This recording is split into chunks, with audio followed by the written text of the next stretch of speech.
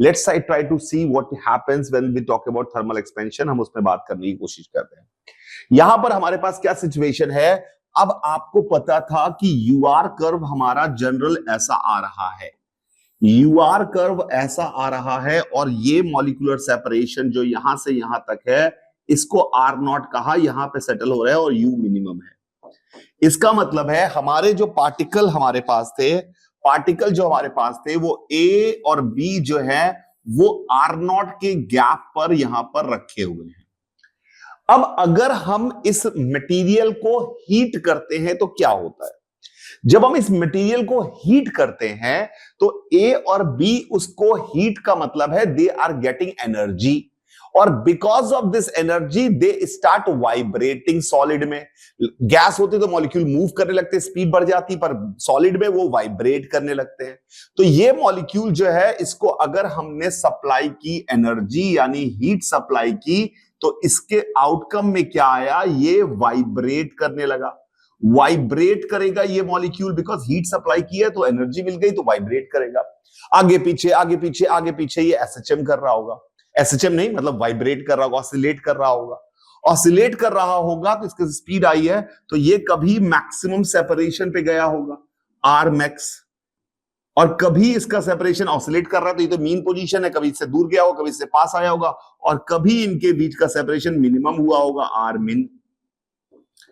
Are मिन और R max हमने मान लो एच हीट सप्लाई की, हमने एच हीट सप्लाई की तो इस ऑसिलेशन में इसके पास already potential energy U minimum थी, तो इसकी टोटल मैकेनिकल एनर्जी जो हो जाएगी वो यू मिनिमम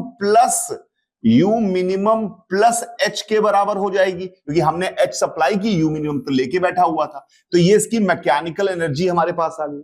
अब इस मैकेनिकल एनर्जी से जब ये ऑसिलेट कर रहा है आगे पीछे आगे पीछे आगे पीछे, तो कभी एक्सट्रीम पे पहुंच रहा होगा, कभी इस एक्सट्रीम पे पहुंच रहा होगा, कभी मीन पे आ रहा होगा, वेलोसिटी होगी।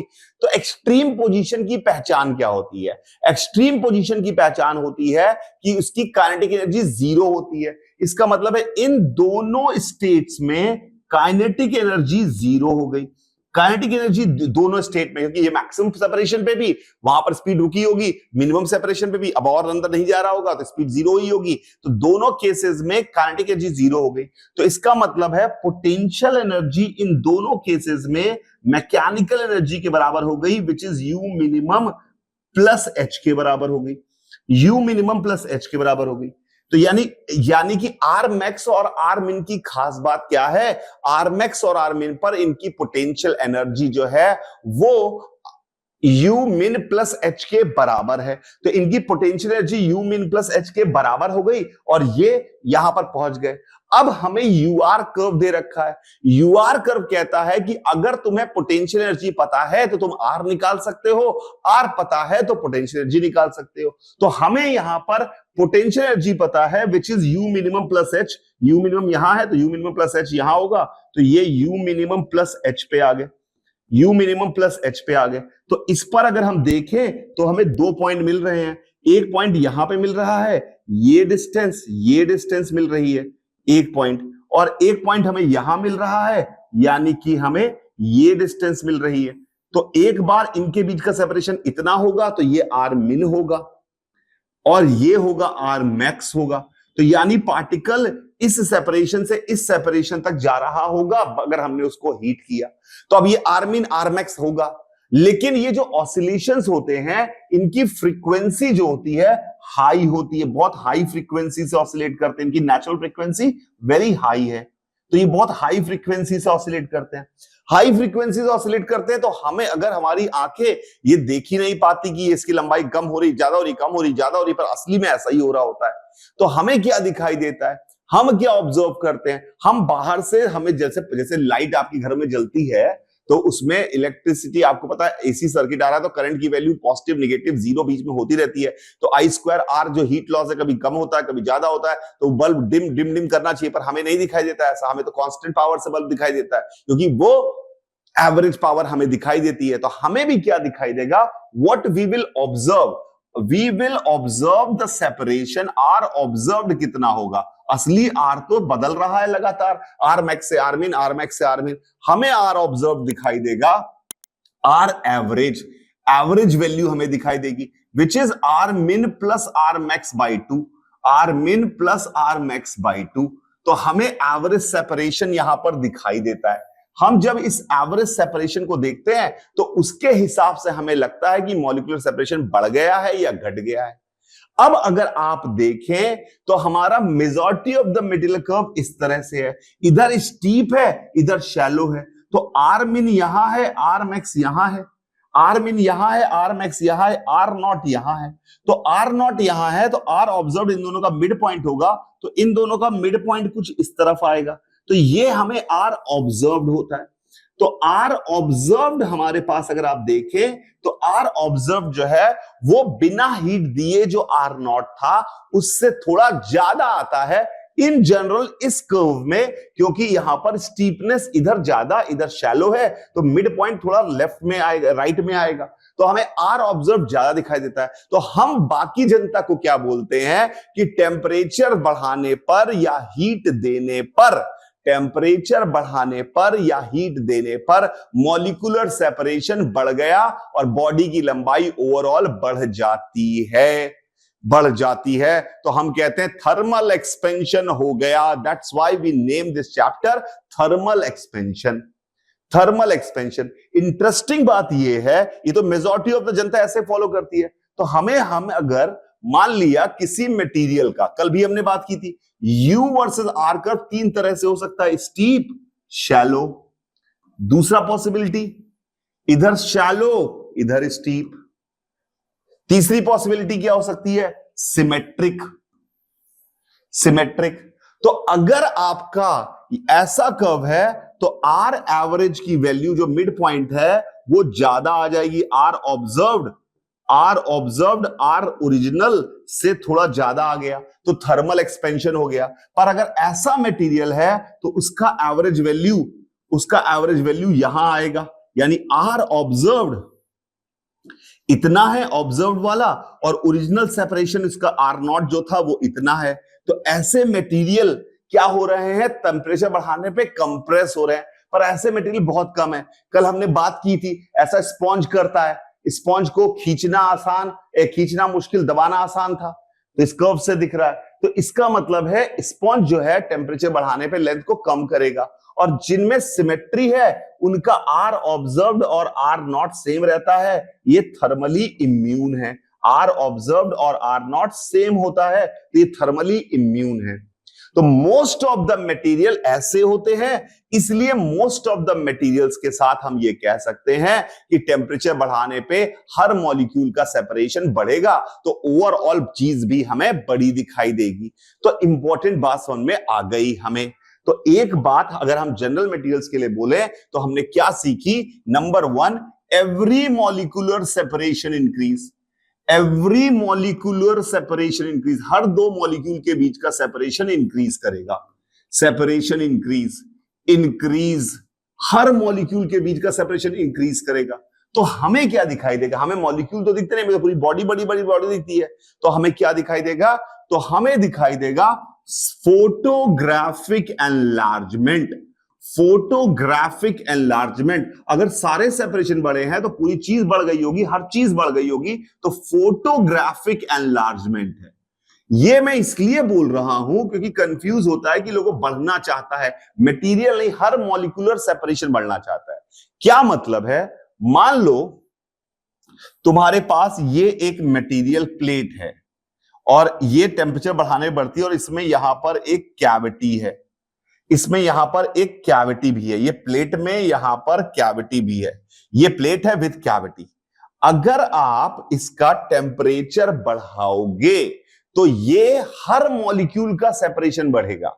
हर मॉलिक्यूल का सेपरेशन बढ़ने का क्या मतलब है, यानी कि अगर मैं यहां पर ये मॉलिक्यूल और ये कहूं तो इनका भी सेपरेशन बढ़ेगा, ये और ये कहूं इनका भी बढ़ेगा, ये और ये कहूं इनका ही बढ़ेगा, ये और ये कहूं इनका भी बढ़ेगा। तो अगर सब सेपरेशन बढ़ने हैं तो पूरी चीज बड़ी हो जाएगी, छेद भी बड़ा हो जाएगा, बॉडी बड़ी हो जाएगी। यानी हमें क्या मिलेगा, हमें मिलेगा इसका, इसको अगर हमने यहां पे देखा और कॉपी किया और हमने इसको यहां बढ़ाया, और हमारे पास हमें क्या मिलेगा, हमें मिलेगा ये चीज हमने यहां पे ऐसे बनाई और इसको हमने थोड़ा सा बड़ा कर दिया, यानी कि ये टेम्परेचर बढ़ाने पे इफेक्ट आया होगा। टेम्परेचर बढ़ाने पे, टेम्परेचर इंक्रीज करने पर दिखा क्या आपको, छेद भी बढ़ गया, छेद भी बढ़ गया, बाउंड्री बढ़ गई, हर चीज बढ़ जाएगी। अरे तुम ही सोचो, कई लोगों को लगेगा सर बढ़ना है तो ये इधर भी बढ़ जाए, छेद छोटा हो जाए। अरे बढ़ना इंपॉर्टेंट नहीं है, हर मॉलिक्यूल के सेपरेशन का बढ़ना इंपॉर्टेंट है। तुम बड़े हो रहे थे, तुम्हारी नाक में बचपन में छेद था, बड़े हो रहे हो, नाक बड़ी हो रही है, तो नाक ऐसे थोड़ी बड़ी होगी छेद छोटा हो जाएगा, नाक का छेद भी बड़ा होगा भाई। सब थोड़ा गंदा है, पर इंपॉर्टेंट बात यह है कि यू आर इंक्रीजिंग ओवरऑल। तो पहले तुम्हारे फिंगर्स के बीच का जो गैप था, हो सकता था, उससे अब ज्यादा हो सकता है। उंगलियां बड़ी भी हुई हैं, गैप भी बढ़ेगा, गैप भी बढ़े, मुंह भी बड़ा हुआ, मुंह भी बड़ा हो रहा है। तो इसका मतलब यह है कि it is a photographic enlargement होता है, यानी हर चीज साइज में बड़ी होती है। तो this is very very important. ये कोई पूछे कि क्या छेद छोटा हो जाएगा, तो अगर आपको सिर्फ बढ़ना लगेगा, आपको इधर ही बढ़ जाए उधर ही बढ़ जाए, छेद छोटा हो गया, छेद छोटा नहीं हो रहा है। Everything will increase because every molecular separation increases. It's a fundamental point of thermal expansion. और अगर घटना होगा, अगर थर्मल कॉन्ट्रैक्शन हो रहा होगा, तो यानी कि जो स्पॉन्ज जैसे में, तो हर चीज कम होगी, छेद भी छोटा, बाहर से भी छोटा, हर चीज छोटी होगी। क्या मेरी बात समझ में आ रही है? क्या कहना चाह रहा हूं, अगर आपके पास मान लो ये एक बर्तन है, ये एक बर्तन है, बर्तन है, इस बर्तन की कुछ थिकनेस भी है, लेट से इस बर्तन की थिकनेस भी है, इसकी थिकनेस भी है, इसकी थिकनेस भी है, ये बर्तन है विथ थिकनेस, तो बर्तन की थिकनेस भी है। तो जब आप इसका टेम्परेचर बढ़ाओगे तो क्या होने वाला है, टेम्परेचर बढ़ाओगे इसका टेम्परेचर बढ़ाओगे तो ये इधर आ गया, और फिर हमने यहां पर इसको फिर से सिलेक्ट किया। तो टेम्परेचर अगर हम बढ़ा रहे हैं तो ये यू बड़ा हुआ, ये बड़ा हुआ ऐसा, ये ऐसा बड़ा हुआ टेम्परेचर बढ़ाने पे। तो क्या हुआ, इसमें पानी भी ज्यादा आएगा, अब यानी खाली जगह भी बढ़ गई। टेम्परेचर बढ़ाने पर ये चेंज हुआ। अगर आप मोटाई देखें इसकी, तो मोटाई भी बढ़ गई है, पहले कम थी अब ज्यादा। अंदर की जगह देखें वो भी बढ़ गई है, बाहर का वॉल्यूम देखें वो भी बढ़ गया है, हर चीज बढ़ेगी। यानी बर्तन का अगर खोखला बर्तन भी है तो अगर गर्म किया गया उसको, तो छेद अंदर का छोटा नहीं, वो भी बड़ा होगा। फोटोग्राफिक एनलार्जमेंट, सिमिलर एनलार्जमेंट, यानी सिमिलैरिटी मेंटेन रहेगी, एनलार्ज हो गया ऐसे करके। यू जैसे मैंने जूम आउट किया, जूम इन किया इसको, वैसे ही। आई होप ये बात समझ में आ गई। गुड। अब आते हैं मैथमेटिक्स पे।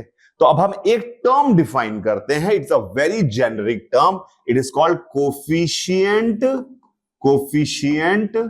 Of thermal expansion. Coefficient of thermal expansion, coefficient of बहुत जेनरिक टर्म है, इस चैप्टर्स में भी है और हर चैप्टर में काम आता है ये। Coefficient of thermal expansion alpha. क्या है कोफिशिएंट ऑफ थर्मल एक्सपेंशन? पहली बात किसके लिए डिफाइन है, जितनी भी physical quantity, defined for all physical quantities, defined for all physical quantities, all physical quantities, quantities which depends on temperature, जो टेम्परेचर पे डिपेंड करेंगी सबके लिए, डिपेंड्स ऑन टेम्परेचर। कोई भी चीज अगर टेम्परेचर पे डिपेंड करेगी, जैसे अगर मान लो पिछले सवाल में length of the rod temperature बढ़ाने बढ़ रही है, यानी कि टेम्परेचर पे डिपेंड कर रही है, तो we can define coefficient of thermal expansion of length. Volume, capacity, कितना पानी अंदर जा रहा था, वो बढ़ रहा है टेम्परेचर बढ़ाने पे, तो coefficient of thermal expansion of volume. मान लो तुम्हारा इंटेलिजेंस है, गर्मी में बहुत तेज काम करता है दिमाग तुम्हारा, तो we can define coefficient of thermal expansion of intelligence. किसी की डेंसिटी है, वो टेम्परेचर बदलती है, तो coefficient of thermal expansion of density.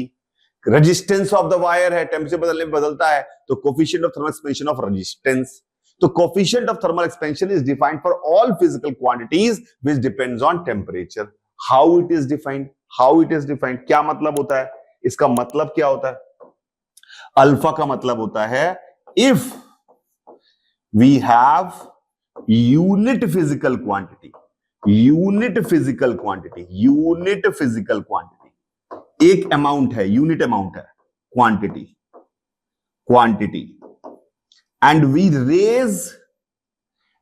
Raise unit temperature, unitary method है पर दो unit temperature, unit temperature, unit temperature, unit temperature, then its change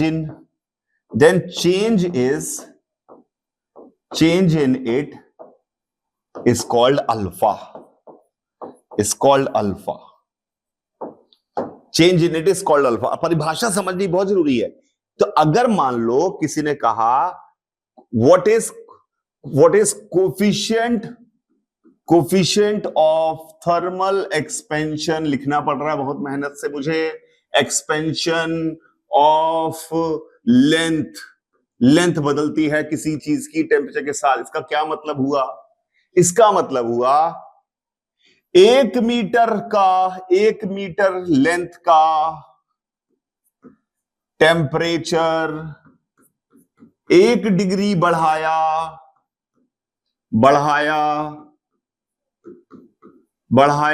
तो चेंज बराबर अल्फा। अगर L मीटर होती का टेम्परेचर 1 डिग्री बढ़ाते तो चेंज आता अल्फा L, और अगर L मीटर का टेम्परेचर डेल्टा T बढ़ाते तो चेंज आता L alpha delta T, L alpha delta T। तो उसके हिसाब से हमारा बन गया डेल्टा L की value L alpha delta T। तो अल्फा की परिभाषा बन गई 1/L per unit length, change in length per unit temperature change. This is the definition of alpha. And differential form में अगर हम लिखें तो it is defined as alpha is equal to 1/L dL/dt। T is temperature, T is temperature. तो ये मतलब समझना चाहिए। अगर किसी ने मुझसे पूछा coefficient of thermal expansion of resistance, coefficient of thermal expansion of resistance, resistance भी मान लो टेम्परेचर पे डिपेंड करता है, ऑफ रेजिस्टेंस का क्या परिभाषा है? तो हमारा आंसर आएगा अल्फा सबस्क्रिप्ट आर, ताकि कंफ्यूजन ना हो, is equal to 1/R dR/dt, 1/R dR/dt। किसी ने बोला मुझसे coefficient of thermal expansion of area, किसी प्लेट का एरिया समय के साथ टेम्परेचर के साथ बदलता है तो एरिया, तो क्या परिभाषा हुई? उसको बीटा से डिनोट करते हैं, beta is equal to 1/A dA/dt। किसी ने बोला कोफिशिएंट ऑफ थर्मल एक्सपेंशन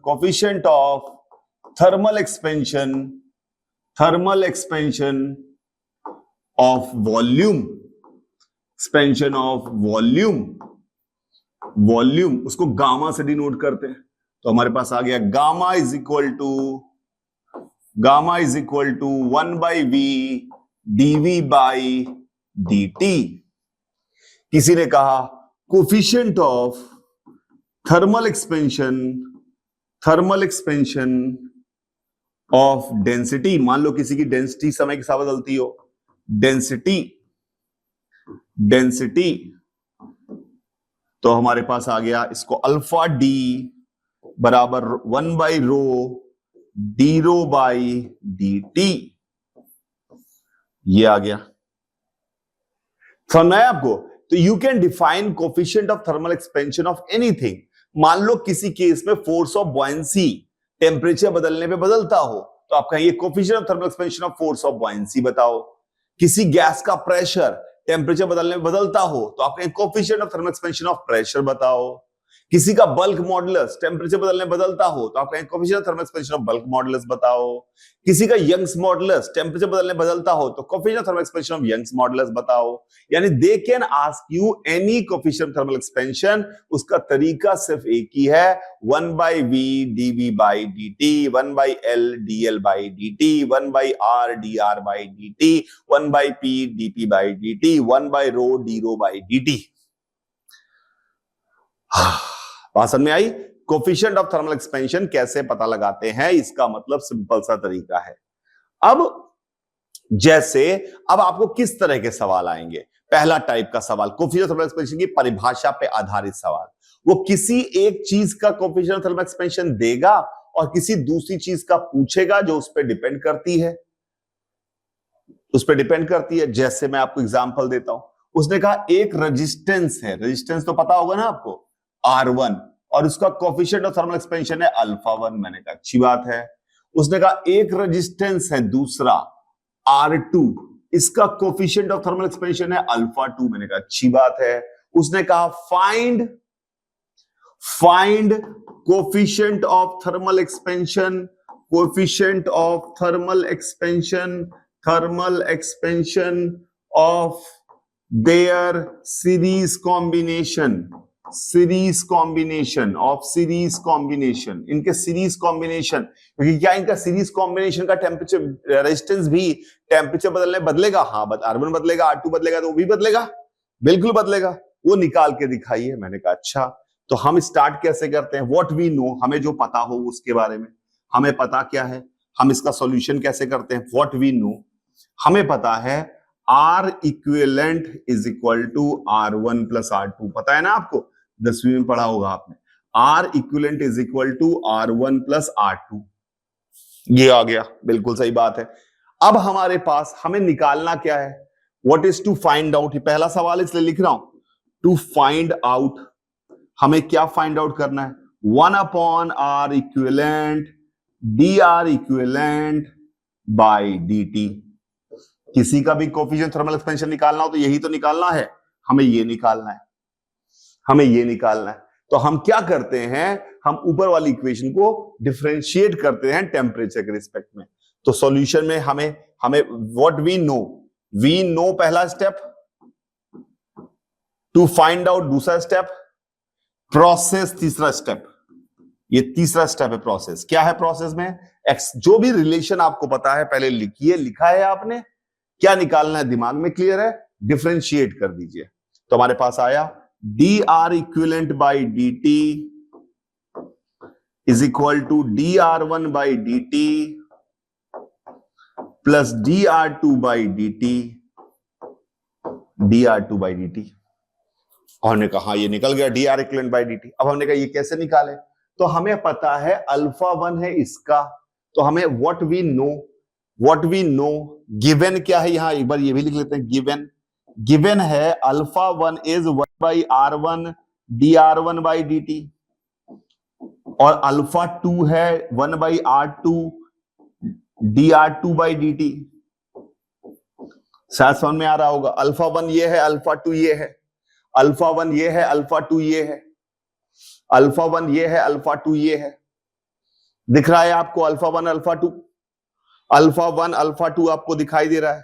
तो हमने क्या लिखा? हमने लिखा dr इक्विवेलेंट बाय dt बराबर α1 R1। चेक करिए, dr1 बाय dt की वैल्यू क्या हो जाएगी? α1 R1 plus α2 R2 plus α2 R2। अब हमारा सवाल का आंसर तो ये था, तो अब हम आंसर अपना कैसे निकालेंगे? तो आंसर निकालने के लिए हम इसकी वैल्यू को यहां डालते हैं। तो आंसर हमारा क्या आ जाएगा? आंसर हमारे पास आ जाएगा, आंसर बराबर R1 α1 plus R2 α2 divide by R equivalent, क्योंकि dr इक्विवेलेंट बाई dt मिल गया, ये upon R equivalent upon R1 plus R2। तो ये हमारा आंसर निकल के तैयार हो गया। So this is how we get the answer. तो कोई भी सवाल अगर आपको आ जाए कि किसी का, ये पहला टाइप का सवाल है कि किसी का अल्फा दे दे और किसी का अल्फा पूछे, तो आप उसको ऐसे ही एक्टिवेट करेंगे, ऐसे ही करेंगे। जैसे मैं एक और सवाल करता हूं, उसने कहा कि ये एक आयरन की रॉड थी। मैंने कहा अच्छी बात है, आयरन की रॉड थी, लेंथ L1 थी और अल्फा वन था। मैंने कहा ठीक है। वो एक दूसरी रॉड इसके साथ जोड़ दी एल्यूमिनियम की, इसकी लेंथ L2 थी और अल्फा 2 था। इस फ्री एंड का नाम A है, इस फ्री एंड का नाम B है।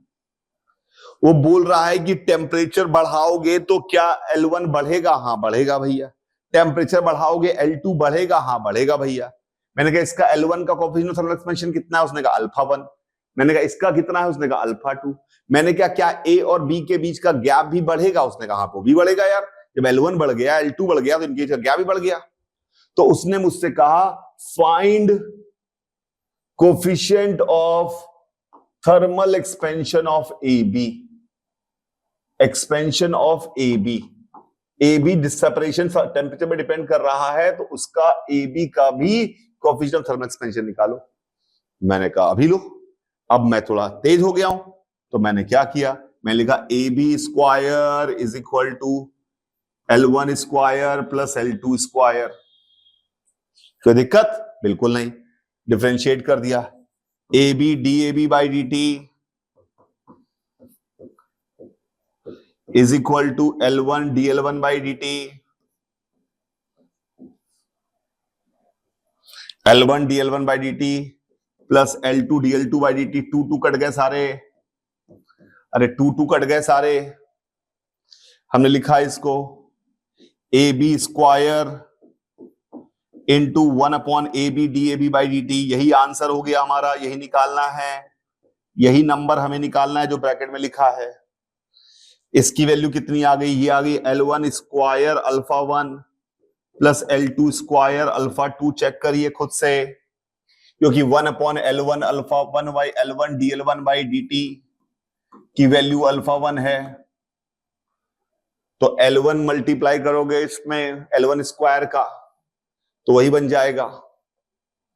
तो हमारे पास क्या आ गया आंसर? आंसर है वो ब्रैकेट वाली चीज, बराबर L1 square alpha 1 plus L2 square alpha 2 divide by AB square. AB square is L1 square plus L2 square. ये आंसर आ गया। So this is how we can find out relation between alphas to find out new alpha. I hope it is clear. अब एक stand, ये तो सवाल थे, एक स्टैंडर्ड है। कोई भी मटेरियल है, कोई भी मटेरियल है, तो अगर उसकी लंबाई बढ़ेगी, चौड़ाई बढ़ेगी, मोटाई बढ़ेगी, तो उसका एरिया भी बढ़ेगा और उसका वॉल्यूम भी बढ़ेगा। और वो इसी बात पे डिपेंड करता है क्योंकि लंबाई बढ़ रही है। तो यानी कि फॉर एनी मटेरियल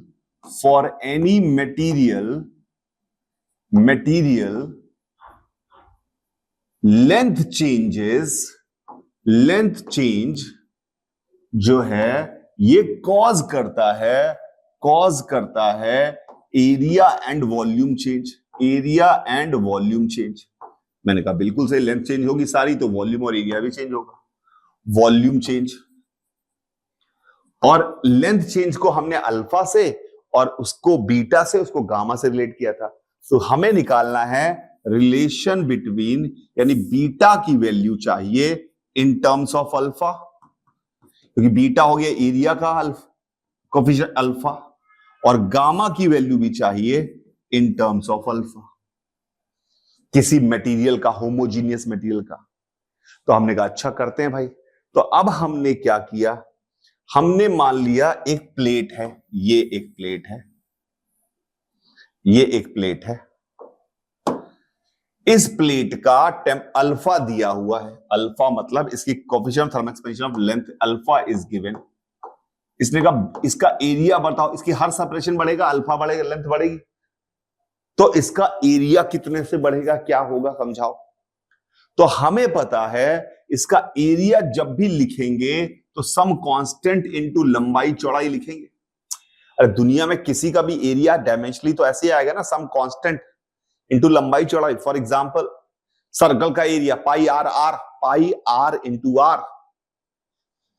रेक्टेंगल का area L into B, triangle का area half length into B, ellipse का एरिया पाई ए बी, सबका एरिया में दो लंबाइयां तो मल्टीप्लाई होंगी। हमने कहा हाँ, तो अब हम इसको डिफरेंशिएट कर दिया, तो डीए बाई डी टी बराबर C times dx by D T into Y plus temperature है स्मॉल टी मत लिख देना, C dx by D T into Y plus C X D Y by D T. बिल्कुल सही है, DA by D T आ गया, DA by D T इतना आ गया। प्लीज चेक करिए, प्लीज चेक करिए। अब हमने क्या किया, इसमें 1 by A D A by D T हमारा एम है, तो 1 by A D A by D T निकाला, तो इधर आ गया C by A D x by D T into Y plus C X by A D Y by D T. Differentiate ही कर रहा हूं, ये हो गया हमारा बीटा। अब एरिया को सी एक्स वाई लिख दिया, एरिया को जैसे सी एक्स वाई लिखा तो ये बन जाएगा 1 by x d x by D t, यानी एक्स का coefficient plus 1 by y d Y by D t, y का कोफिशिएंट वो तो लेंथ का तो अल्फा और अल्फा है, तो अल्फा प्लस अल्फा, तो बीटा की वैल्यू किसी मटेरियल के लिए 2 अल्फा के बराबर आती है। बीटा की वैल्यू किसी मटेरियल के लिए 2 अल्फा के बराबर आती है। सिमिलरली अगर 3 डायमेंशनल बॉडी होती और वॉल्यूम को निकालते तो गामा की वैल्यू आप समझ पाएंगे 3 अल्फा के बराबर आती है। यानी किसी आयरन रॉड का अगर आपको अल्फा पता है तो आपको बीटा भी पता है, आपको गामा भी पता है, क्योंकि बीटा उसका दुगना होगा और गामा उसका तिगना होगा। क्लियर है क्या मेरी बात? ये बहुत इंपॉर्टेंट बात थी, अल्फा बीटा गामा में रिलेशन। ओके, अब आते हैं आगे। अब किसी बॉडी का टेम्परेचर बढ़ा रहे हैं तो उसकी लेंथ बदलती है? हाँ बदलती है सर। तो कितनी हो जाती है? हमने कहा जितनी बदल के होगी निकल जाएगा हमारा सॉल्व करके। तो finding length as a function of temperature, length as a function of length में कर रहा हूं लेकिन ये फंक्शन ऑफ टेम्परेचर बढ़ाने पे लेंथ बदल रही है। तो मान लिया ओरिजिनल लेंथ इसकी L0 थी, ओरिजिनल लेंथ L0 थी। अब इसका टेम्परेचर बढ़ा दिया, इसकी लेंथ हो जाएगी, बढ़ जाएगी। कितनी हो जाएगी इसका हमें पता लगाना है, कितनी हो जाएगी पता लगाना है। Alpha is given, alpha given है। मैंने कहा बहुत आसान है, मैंने कहा वी नो, अब लेंथ निकालनी है। हमने कहा वी नो, हमें क्या पता है? हमें अल्फा की परिभाषा पता है, alpha is 1 by L D L by D T. तो हमारे पास आ गया अल्फा डी टी बराबर डी एल बाई एल। अब अगर मटेरियल का अल्फा कांस्टेंट है, ये तो यहां तक तो सब लिख लिया, अब सवाल अलग अलग बदलेंगे, अलग अलग दिशाओं में, स्टार्टिंग यहीं से करना है। अब 99% मटेरियल का अल्फा क्या होता है? कांस्टेंट होता है। तो 99 मटेरियल का अल्फा कांस्टेंट होता है, तो इसको इंटीग्रेशन किया तो ये टी से टीएफ और ये L0 से L, तो हमारे पास क्या आया? लेफ्ट साइड का इंटीग्रेशन आया alpha delta T, right side का आया ln L by L0, ln को उधर ले गए तो हमारे पास फॉर्मूला बन के तैयार हो गया, L बराबर L0 e की पावर अल्फा डेल्टा टी। याद रख सकते हैं लेंथ का फॉर्मूला टेम्परेचर बढ़ाने पर कितना होगा अगर अल्फा कांस्टेंट है। तो याद रखिएगा हमने क्या माना है? हमने माना है एज्यूम अल्फा इज कांस्टेंट। अगर अल्फा वेरिएबल होगा तो उस हिसाब से इंटीग्रेट कर लेना, अल्फा इज कांस्टेंट, 99.99% कांस्टेंट ही रहेगा, टाइम टेम्परेचर के साथ नहीं बदल रहा होगा। तो हमारा ये आ गया, ये फॉर्मूला बन गया, L बराबर L0 e की power alpha T, alpha delta T. Temperature बढ़ाओगे तो किसी की लेंथ कितनी हो जाएगी, इस फॉर्मूले से हम निकाल सकते हैं। अब ये फॉर्मूले का भी पहली बार पढ़ रहे हैं तो और सिंप्लीफाइड फॉर्म पढ़ते हैं, हम मानते हैं अल्फा एक्चुअली बहुत बड़ा नहीं होता है। इन रियलिटी इन रियलिटी में alpha is very small. Alpha बहुत 10⁻⁻⁴ पर डिग्री सेल्सियस ऐसा बहुत स्मॉल होता है। Alpha is very small. अगर अल्फा बहुत स्मॉल है तो alpha delta T is implies is also small, ये भी स्मॉल होगा। भाई अल्फा बहुत छोटा और डेल्टा टी बहुत बड़ा कर देंगे तब बड़ा हो सकता है, पर जनरल लाइफ की बात करें तो अगर ऐसा है तो हमारे पास एल की वैल्यू जो आई थी एल नॉट ई की पावर अल्फा डेल्टा टी है, तो ई की पावर एक्स का फॉर स्मॉल एक्स ई की power x can be written as 1+x। E की पावर एक्स का एक्सपेंशन करते हैं, अगर एक्स छोटा होता है हायर ऑर्डर टर्म छोड़ दें तो ई की power x is 1+x for small x, for x very very less than 1। Alpha delta T बहुत छोटा था तो हमारे पास एल का फॉर्मूला बन गया L naught 1+ alpha delta T. यही इतनी मेहनत करने के बाद जहां हम पहुंचे हैं, किताबें यहीं से शुरू करती हैं, इसीलिए उनके फंडामेंटल की मौत आ जाती है क्योंकि उनको लगता है यही फॉर्मूला है। पर यह फॉर्मूला कितने सारे एजम्पशंस के बाद आया, अल्फा छोटा हो, डेल्टा टी छोटा हो, अल्फा कांस्टेंट हो, तब मिला जुला के ये हमारा फॉर्मूला बनता है एल बराबर L naught 1+ alpha delta T. L बराबर L naught 1+ alpha delta T. हम 99% सवालों में यही इस्तेमाल करने वाले हैं। मोस्ट ऑफ द क्वेश्चंस में यही, जब तक सवाल पढ़ के समझना पड़ेगा, मोस्ट ऑफ द क्वेश्चंस में यही इस्तेमाल करने वाले हैं, यही इस्तेमाल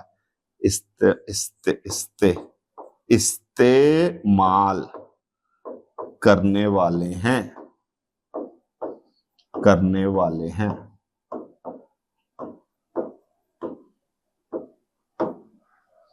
क्या? एल बराबर L naught 1+ alpha delta T. L बराबर L naught 1+ alpha delta T. तो आज से हम याद रखेंगे लेंथ के लिए एल बराबर L naught 1+ alpha delta T, area के लिए A naught initial area 1+ beta delta T, volume के लिए V naught 1+ gamma delta T, resistance के लिए R naught 1+ alpha R delta T. ये हम इस्तेमाल करने वाले हैं, जिससे हमें यह पता चल रहा है delta L is L alpha delta t, delta A is A beta delta t, delta V is V gamma delta t, delta R बराबर आर गामा डेल्टा टी। तो this is what we are going to use mainly. इस chapter में यही 3 होंगे, पर ये भी कभी आ जाए कहीं तो सवाल आ जाते हैं तो हम कर ले जाएंगे। तो this is how we got the idea of the length contraction, length thermal expansion. एक बेसिक सवाल अभी कर लेते हैं, फिर इसको बचाइए, फिर नेक्स्ट क्लास में हम इस पे आगे बात करेंगे। एक बेसिक सवाल कर लेते हैं, बेसिक सवाल क्या है? वो बेसिक सवाल देखते हैं। बेसिक सवाल क्या है? एक हमारे पास एक रॉड थी,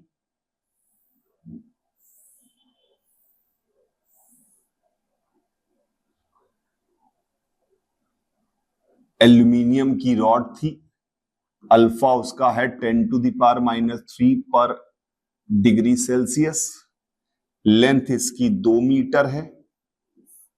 इसने कहा फाइंड, पहला इससे घटिया सवाल कुछ नहीं करता, find change in length if temperature is increased by 20 degree Celsius. मैंने कहा अच्छा, तो मैंने लिखा डेल्टा एल बराबर L alpha delta T, L की वैल्यू 2, अल्फा की वैल्यू 10 to the power -3, delta t की वैल्यू 20। तो हमारे पास आया डेल्टा एल बराबर 4 into 10 to the power -2 metre, यानी डेल्टा एल आ गया 4 सेंटीमीटर। आंसर। इससे घटिया सवाल नहीं कर सकता था मैं। डेल्टा एल की वैल्यू आ गई 4 सेंटीमीटर। तो हमें अल्फा बीटा गामा की वैल्यू का पता है कि अल्फा बीटा गामा क्या होता है। तो एक सवाल से स्टार्ट करते हैं। मान लीजिए हमारे पास एक कंटेनर था, कंटेनर स्टील का बना हुआ है, कंटेनर स्टील का बना हुआ है और इसका अल्फा अल्फा है। सॉलिड्स के लिए वो अल्फा दे देता है, क्योंकि अगर अल्फा दे देगा तो beta is 2 alpha, gamma is 3 alpha. Solid के लिए हमें पता ही है अल्फा दिया हुआ है। इस कंटेनर के अंदर एक लिक्विड भरा हुआ है एंड लिक्विड जो है वो हाफ फिल्ड भरा हुआ है, यानी कि यहां पर कंटेनर के अंदर जो लिक्विड है वो लिक्विड हाफ फिल्ड भरा हुआ है। यह हाफ फिल्ड भरा हुआ है कंटेनर हमारे पास। अब इस कंटेनर में जो लिक्विड है इसका गामा इज गामा और ये अल्फा दिया हुआ है और ये हाफ फिल्ड है, यानी हाफ फिल्ड दिया हुआ है। मेरी बात को बहुत ध्यान से समझिएगा, हाफ फिल्ड है, ये हाफ फिल्ड है। अब वो बोल रहा है कि अगर हम टेम्परेचर बढ़ाते हैं तो कुछ चीजों की कंडीशंस लिख रहा है, यानी कि क्वेश्चन है कि if we increase the temperature the container remain half filled, what is the relation between alpha and gamma. पहला सवाल लिख लीजिएगा। क्या बोल रहा है कि if we increase the temperature container remain half filled, what is the condition between alpha and gamma. तो इसका मतलब है कि वो कह रहा है कि टेम्परेचर बढ़ाने पर क्या चीज कांस्टेंट रह रही है, कांस्टेंट रह रही है ये हाफ फिल्ड रह रहा है, यानी ratio of liquid and ratio of volume of container दोनों कांस्टेंट रह रहा है। इसका मतलब है V liquid upon V container जो है वो फिक्स्ड है, उसकी वैल्यू हाफ है। वी लिक्विड और वी कंटेनर की वैल्यू फिक्स्ड है, उसकी वैल्यू हाफ है। मेरी बात ध्यान से समझिएगा, वी लिक्विड और वी कंटेनर की वैल्यू हाफ है, यानी कि टेम्परेचर बढ़ाने पर भी उस पर कोई फर्क नहीं पड़ता। तो ऐसे सवालों में आप क्या करेंगे, जैसे ही आपने कंडीशन लिख दी, अब आपको क्या करना है, इसको डिफरेंशिएट कर देना है, डिफरेंशिएट कर देना। तो V liquid is equal to half of V container, ये हमेशा ट्रू है, तो इसका डेरिवेटिव भी सही होगा। तो DVL by dt is equal to half of DVC by dt। I hope it is clear. Differentiate ही तो किया है मैंने टेम्परेचर के रिस्पेक्ट में, डिफरेंशिएट ही किया है। अब मैंने क्या किया, इसमें दोनों तरफ VL का डिवाइड कर दिया, तो हमारे पास क्या आ गया, 1 by VL dVL by dt। आपने कहा हां सर ये तो सही है। इधर क्या आया, 1 by 2VL dVC by dt, ये आ गया हमारे पास। और अगर 2VL से पूछा जाए 2VL तुम क्या हो, उसने कहा 2VL कह रहा कि मैं तो VC ही हूं, बिकॉज वॉल्यूम ऑफ लिक्विड का डबल जो है वो VC है। तो अगर आप इधर देखें तो इस वाले टर्म को अगर मैं VC कह दूंगा तो ये बन जाएगा 1 by VL dVL by dt, यानी गामा ऑफ लिक्विड, और ये बन जाएगा 1 by VC dVC by dt, यानी gamma of solid which is nothing but 3 alpha. तो आंसर आ गया gamma is equal to 3 alpha. So gamma is equal to 3 alpha is the answer of this particular question, in which we want that the container remain half filled through and through. Temperature बदलने पर भी वो half filled रहे। अब इसी सवाल में अगर उसने मुझसे बोला होता, सेम तरह का सवाल है, 3-4 बात बोलूंगा, सेम तरह का सवाल है। उसने कहा height of water column does not change. अब आपने बोला height of water column does not change, यानी हाइट जो वाटर कॉलम की है वो चेंज नहीं कर रही है। Height of water column change नहीं कर रही है। Height of water column does not change का क्या मतलब हुआ, हाइट ऑफ वाटर कॉलम कैसे निकालते, पहले तो आपको परिभाषा लिखनी पड़ेगी। जो भी उसने अंग्रेजी में बोला है उसको जैसे हमने मैथ्स में लिख दिया, जैसे 25 वाले बोला था कि इट रिमेन हाफ फिल्ड, तो हमने कहा कि इसका मतलब VL और VC का रेशियो कांस्टेंट रहना, वो हाफ के बराबर है। अब वो बोल रहा है कि इसकी हाइट जो है कॉलम की नहीं बदलती, वाटर कॉलम की। तो height of water column decide कैसे होता है, लिक्विड की तो कोई हाइट होती नहीं है। हाइट ऑफ वाटर कॉलम की परिभाषा लिखते हैं, जो चीज में पता है, हमें पता है वॉल्यूम ऑफ लिक्विड फिक्स्ड है, तो वॉल्यूम ऑफ लिक्विड एक चीज है और बेस एरिया एक चीज है, क्योंकि सेम लिक्विड अलग अलग बर्तन में डालेंगे तो अलग अलग हाइट आएगी। तो इस केस में वो बोल रहा है V liquid upon area of container is constant.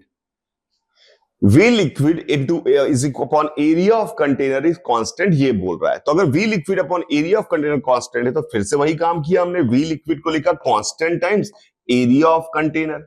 अब इसको डिफरेंशिएट किया तो आया dVl by dt is equal to C times d area of container by dt, और ऊपर वाली इक्वेशन से भाग दे दिया, तो हमारे पास आया 1 by VL dVl by dt left side में, और राइट साइड में CC कैंसिल हो गया तो आया 1 by AC dAc by dt।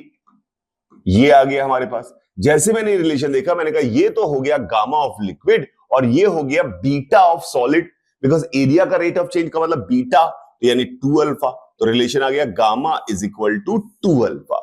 सुनने में कई बार एक जैसे सवाल लग सकते हैं पर आपको बेसिक परिभाषा पर ध्यान रखना है। तो gamma is equal to 2 alpha is the answer of this particular question. Gamma is equal to 2 alpha is the answer of particular question. अब इसी सवाल में अगर पूछता कि एम्प्टी स्पेस रिमेन कांस्टेंट, आपको सुनने में सब एक जैसे को लग रहे हो पर सब सवाल अलग अलग हैं, आपको परिभाषा पे काम करना होगा। उसने कहा empty space remain constant. Empty space remain constant का मतलब क्या है कि ये जो खाली जगह है वो कांस्टेंट रहती है। तो खाली जगह की परिभाषा क्या होगी? खाली जगह की परिभाषा होगी, मुझे उम्मीद है कि वो आपको पता चल गई कि V container minus V liquid is empty space and it remain constant. V C minus VL remain constant, तो ये आपको बात समझ में आ गई। तो डिफरेंशिएट किया तो हमारे पास आ गया dVc by dt container is equal to dVl by dt, constant का डेरिवेटिव 0 हो गया। अब मैंने इसमें भाग दिया 1 अपॉन VC का और इधर भी भाग दिया 1 अपॉन VC का, सेम नंबर का भाग दोगे तो ये तो हमारे पास बन गया 3 अल्फा, ये हमारे पास बन गया 3 alpha.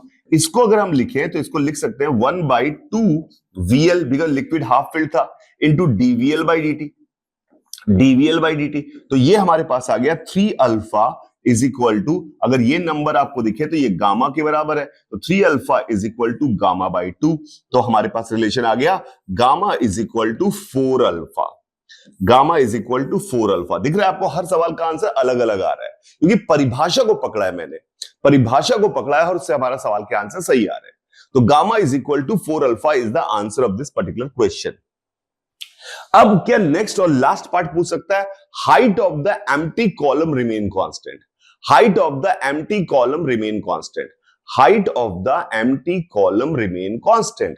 Height of the empty column कैसे निकालेंगे? Height of the empty column की परिभाषा क्या हुई?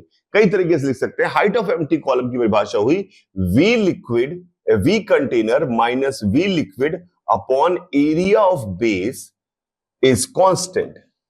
V container minus V liquid हो गया volume of the empty space, और divide by area of base करेंगे तो height of the empty space. तो height of the empty space constant, तो ये कांस्टेंट है। तो VC minus VL is equal to CAB। अब हमने इसको डिफरेंशिएट कर दिया, dVc by dt minus dVl by dt is equal to C DAB by dt।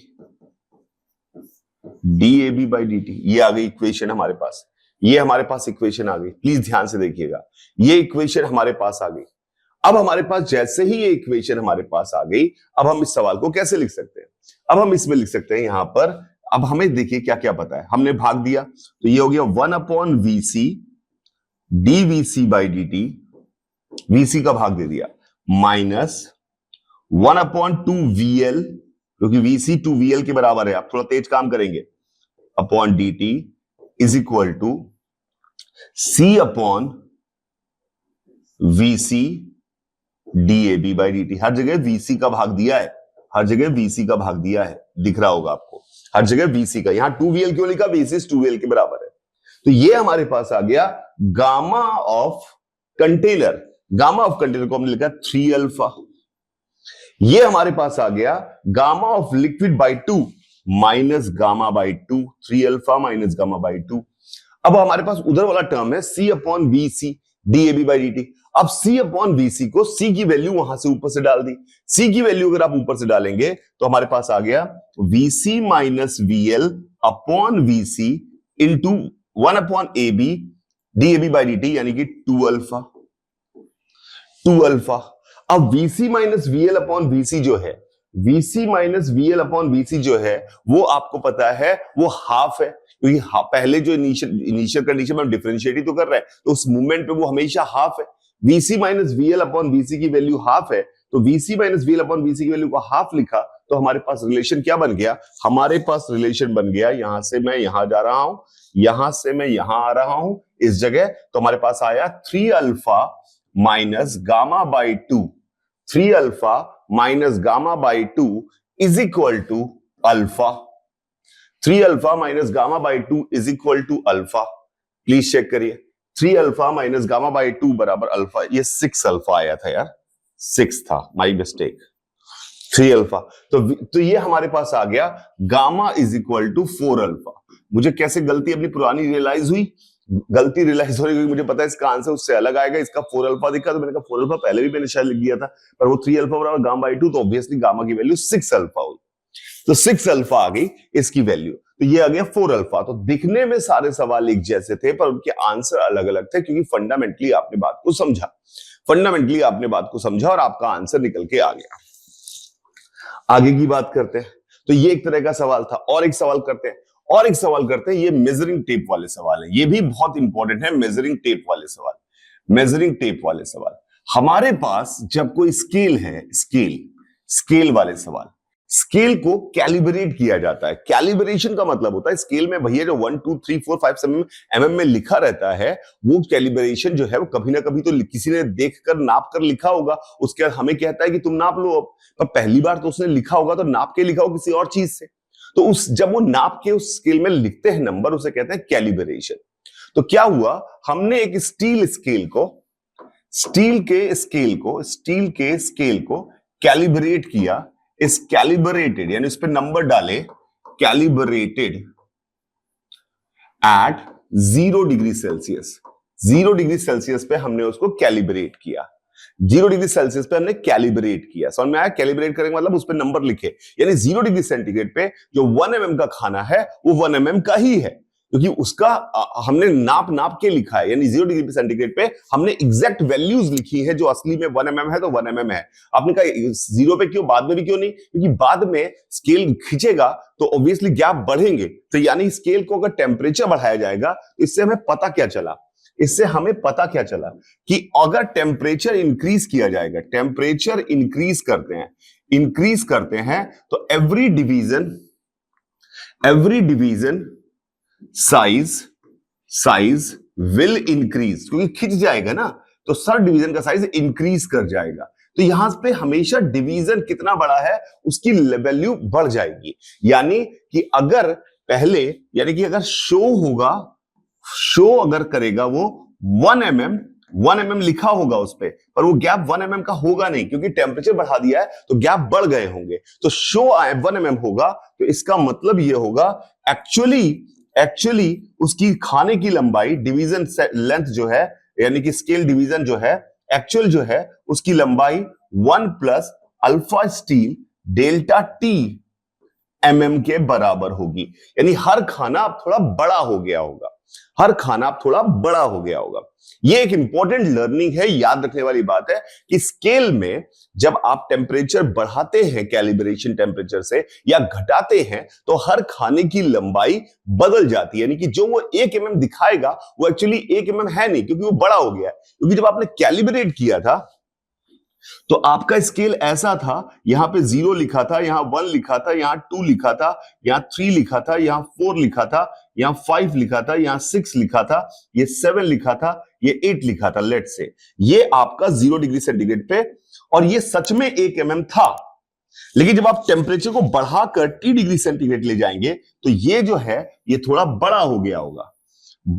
तो 0 लिखा तो यही है, 8 लिखा तो यही है, पर ऑब्वियसली आपको दिख रहा है कि अब ये थोड़ी गैप बढ़ गए हैं। यानी कि 1 mm जिसको, यानी T डिग्री सेंटीग्रेड पे 1 यहां कहीं आ गया होगा, 1 यहां कहीं आ गया होगा, 2 यहां कहीं आ गया होगा, यानी अब हर खाना जो है वो दिखा भले 1 mm रहा है, पर उसकी लंबाई 1 प्लस अल्फा डेल्टा टी है। ये एक्चुअल है, एक्चुअली वो थोड़ा सा बड़ा हो गया है। प्लीज इस बात को सिर्फ याद रखिएगा स्केल के सवालों में, यहीं से शुरुआत करिएगा। दुनिया में कभी भी स्केल का सवाल आए कि हर खाना अब बड़ा हो गया है। एंड प्लीज याद रखिएगा रीडिंग का क्या मतलब होता है। रीडिंग अगर पढ़ेगा, मतलब इस पेन की लंबाई कोई पढ़ेगा तो बोलेगा 2 mm है, 2 mm बढ़ेगा, पर ये पेन की लंबाई 2 mm थोड़ी है, 2 mm तो पढ़ रहा है। असली में तो ये बड़ा खाना है ना, तो असली में अगर हर खाना बड़ा है तो ये 2 से थोड़ी ज्यादा होगी, तो 2 mm पढ़ रहा है, होगी 2 mm से ज्यादा। मैं क्या कह रहा हूं कि अगर हमारे पास इस रॉड की लंबाई को नापना था तो इसने पढ़ के दिखाया कि स्केल से मैंने जब पढ़ा तो स्केल मुझे पता नहीं था कि खाना झूठ बोल रहा है, मैंने तो पढ़ा 2 mm है, पर वो 2 mm ना होकर वो असली में 2 से थोड़ा ज्यादा है, 2 से थोड़ा ज्यादा है। तो ये बात बहुत इंपॉर्टेंट है, समझ में आना चाहिए। ये फंडामेंटल प्रिंसिपल है इसका कि स्केल का हर खाना बड़ा हो जाता है। तो अब सवाल करने की कोशिश करते हैं। सवाल में क्या है, हमारे पास एक वुडन रॉड है, वुडन रॉड है, ये वुडन रॉड है, ये वुडन रॉड है। हमारे पास ये एक एल्यूमिनियम रॉड है, ये एल्यूमिनियम रॉड है, एल्यूमिनियम रॉड है, और ये हमारे पास एक स्केल है। स्केल तो कितना भी बड़ा हो सकता है, स्केल है। ये वुडन रॉड है, ये एल्यूमिनियम रॉड है, ये स्केल है, स्केल है। और ये स्केल जो है वो स्टील का बना हुआ है और 0 डिग्री पे कैलिब्रेटेड है, 0 डिग्री सेंटीग्रेड पे कैलिब्रेटेड है। और हमने जब 0 डिग्री सेंटीग्रेड पे नापा तो ये दोनों की लंबाई जो थी वो 25 mm आ रही थी, 25 सेंटीमीटर आ रही थी, 25 सेंटीमीटर आ रही थी, दोनों की लंबाई 25 सेंटीमीटर आ रही थी।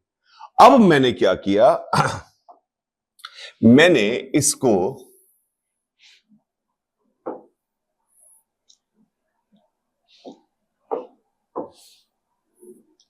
इसी चीज को मैंने यहां पे स्केल जो हमारे पास है, ये हमारे पास 25 सेंटीमीटर आ रही थी, और हमें दिया हुआ है alpha steel is 10 to the power -3 पर डिग्री सेल्सियस, पर degree Celsius. Alpha aluminium is 2 into 10 to the power -3 पर degree Celsius, and alpha wood is 0, यानी वुड हम कहते हैं कि नहीं बढ़ रही है। अब वो कह रहा है कि अगर हम इन्हीं दोनों रॉड्स को सवाल सुनिएगा, इन्हीं दोनों रॉड्स को अगर हम 25 डिग्री पर मेजर कर रहे हैं, इन्हीं दोनों रॉड को 25 डिग्री पर मेजर कर रहे हैं, तो रीडिंग क्या आएगी, रीडिंग बताइए, किसकी लंबाई कितनी दिखाई देगी। होगी नहीं, होगी तो आप निकाल ही सकते हैं, होगी तो वुड की 25 की 25, पर स्केल कितनी नापेगा। सेम स्केल से सेम वुड और सेम एल्यूमिनियम की रॉड को अगर हम मेजर कर रहे हैं 25 डिग्री पर, तो रीडिंग्स बताइए क्या होगी। तो आपने कहा कि अच्छा सर, इस केस में जब आप इसको कर रहे होंगे तो हुआ क्या होगा सिचुएशन।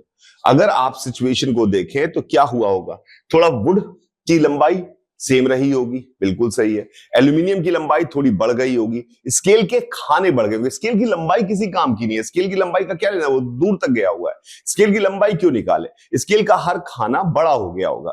तो अब आपके पास नई सिचुएशन जो आएगी, तो वुड आपके पास ये है, वुड, एल्यूमिनियम थोड़ा बड़ा हुआ होगा,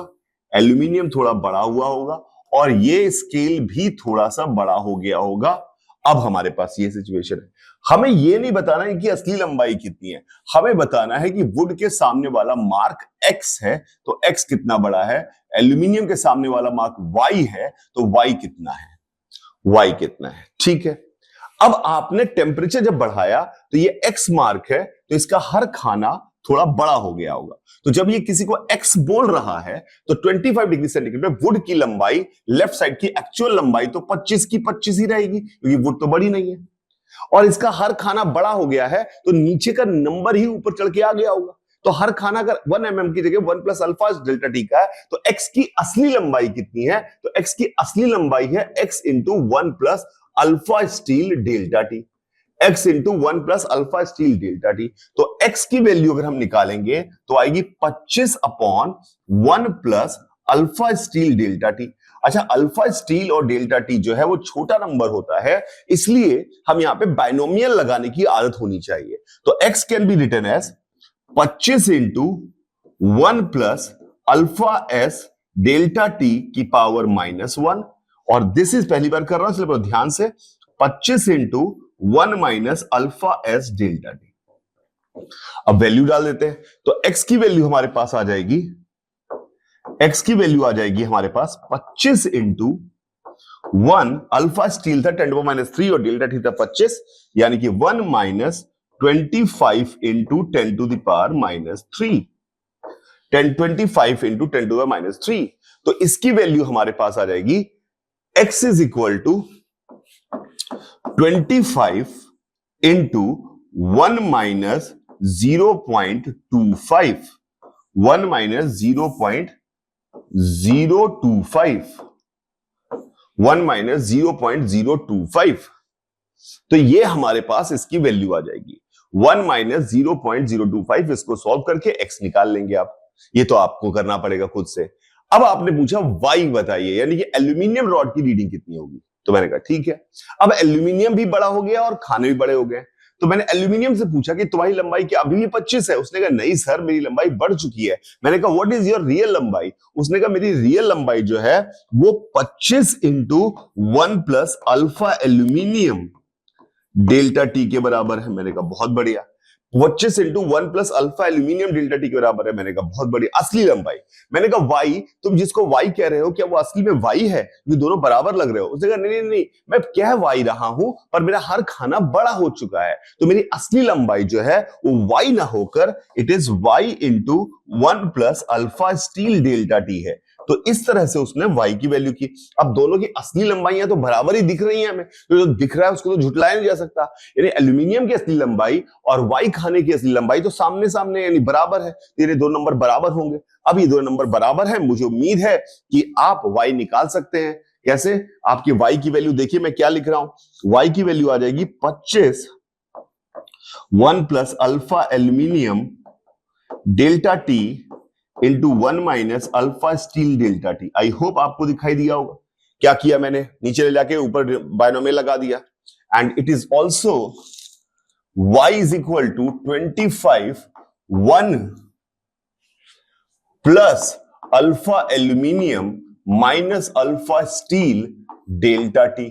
आई होप आपको ये भी समझ में आया होगा, because 1 plus x into 1 plus y, अगर एक्स और वाई छोटे हैं can be written as 1 plus x plus y, because एक टर्म और आएगा एक्स वाई, उसको नेग्लेक्ट कर दिया गया। So this is how we get the value of y and x। तो ये सवाल बिल्कुल आ सकता है आपके सामने, y और x का सवाल आपको सॉल्व करना आना चाहिए। अगला सवाल क्या आ सकता है? अगला सवाल क्या आ सकता है? उसने कहा कि आप बताइए कि एक रॉड है जिसकी लेंथ l थी और उसका अल्फा कांस्टेंट है और टेम्परेचर उसका इनिशियली T0 था। अगर हमने टेम्परेचर T0 से 3T0 कर दिया, T0 से 3T0 कर दिया, टेम्परेचर T0 था और उसे टेम्परेचर 3T0 कर दिया, तो आप मुझे बताइए T0 से 3T0 टेम्परेचर करने में उसका टेम्परेचर हमने T0 से 3T0 कर दिया है, तो उस केस में आप मुझे टेम्परेचर ऐसे मान लीजिए, टेम्परेचर उसने कहा कि भैया मैंने 100 डिग्री से लेकर अब हमने टेम्परेचर 300 डिग्री कर दिया है, तो यहां पर टेम्परेचर का चेंज जो है वो ओरिजिनल टेम्परेचर के मुकाबले में छोटा नहीं है। तो अब डेल्टा टी स्मॉल नहीं कर सकते, तो हमें यहां पर बेसिक से स्टार्ट करना पड़ेगा। हमें लिखना पड़ेगा alpha is equal to 1/L dl/dt, और हमारे पास आ जाएगा alpha dt is equal to dl/L। अब हम इंटीग्रेट करेंगे तो ये हमारे पास आएगा 100 alpha is equal to ln L final upon L initial 200 alpha, 200 alpha delta t की वैल्यू। तो हमारे पास एल फाइनल आ जाएगा। कई बार आपको इस तरह के सवाल, एल इनिशियल ई की पावर, बेसिक फंडामेंटल हमने पहले भी इसी से निकाला सब कुछ, ई की पावर 200 अल्फा। जब अल्फा डेल्टा टी स्मॉल नहीं होता तो हम ये वाला फॉर्मूला इस्तेमाल करते हैं। अल्फा डेल्टा टी स्मॉल होता है तो ई की पावर एक्स को ही हम 1 प्लस एक्स करके, नहीं 1 प्लस अल्फा डेल्टा टी करके लिख पा देते हैं। तो थोड़ा सा केयरफुल रहिएगा। वैसे जेईई मेंस में इस तरह के सवाल नहीं आएंगे, पर आप केयरफुल रहिएगा कि अगर अल्फा डेल्टा टी हाफ आ गया तो छोटा नहीं है 1 के मुकाबले, तब आप सीधे नहीं, तब आपको एलएन के फॉर्म में ही आंसर निकालना पड़ेगा, ई की पावर में ही आंसर निकालना पड़ेगा। उसके अलावा और क्या पूछ सकता है? उसने बोला कि एक कंपोजिट रॉड थी लेंथ एल की, अल्फा स्मॉल है पर अल्फा हर जगह का अलग अलग है। Alpha x is equal to 1 plus x by L into 10 to the power -3 पर डिग्री सेल्सियस, और एल की वैल्यू 5 मीटर है। उसने कहा इसका टेम्परेचर अल्फा हर जगह का अलग अलग है तो स्मॉल छोटा, लेकिन हर जगह का अलग अलग है। उसने कहा कि अगर मैंने यहां पर इसका टेम्परेचर 25 डिग्री बढ़ाया, यानी कि टेम्परेचर मैंने इसका 25 डिग्री इंक्रीज किया, तो आप मुझे बताइए कि इसकी लंबाई कितनी बदल जाएगी। What is delta L? तो अब यहां पर पूरे एक हर जगह का हाथ तो लगा सकते हैं, डेल्टा एल बराबर एल अल्फा डेल्टा टी, पर एल अल्फा डेल्टा टी बिल्कुल सही फॉर्मूला है, बिल्कुल सही फॉर्मूला। अल्फा स्मॉल भी है और डेल्टा एल एल बराबर एल अल्फा डेल्टा टी लगा सकते हैं, पर एल जो है वो तो 5 मीटर क्लियर है, अल्फा डेल्टा टी भी 25 क्लियर है, पर अल्फा तो हर जगह अलग अलग है, तो obviously we have no other choice than to integrate. तो हम यहां पे क्या करते हैं, हम किसी एक्स डिस्टेंस पर जाते हैं और एक डीएक्स का एलिमेंट की रॉड लेते हैं। मैंने कहा तुम कितना बढ़ोगी, एक्स जगह पे ले जाके डीएक्स का, तो उसने कहा मेरी लंबाई है डीएक्स ओरिजिनल, मेरा अल्फा है 1 plus x by L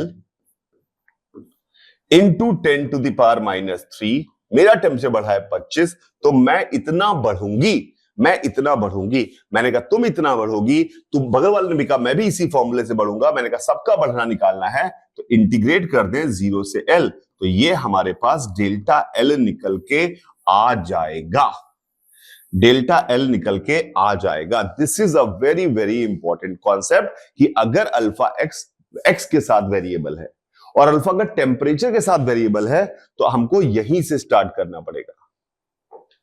x के साथ वेरिएबल है तो ये हमारा आंसर आ गया, ठीक है। इसके अलावा अगली चीज हम बात करते हैं, वो बात जो है बहुत इंपॉर्टेंट है, वो भी उसका नाम है थर्मल स्ट्रेस। पे बढ़िया सवाल बन जाते हैं, अच्छे से अच्छा सवाल बन जाएगा इस पे, तो इसको समझने की कोशिश करते हैं। थर्मल स्ट्रेस, थर्मल स्ट्रेस क्या है? जब आप किसी रॉड का टेम्परेचर बढ़ाते हैं तो उसकी लंबाई बढ़ती है, पर वो खुद से बढ़ना चाहती है, आपने फोर्सफुली खींच के नहीं बढ़ाया है।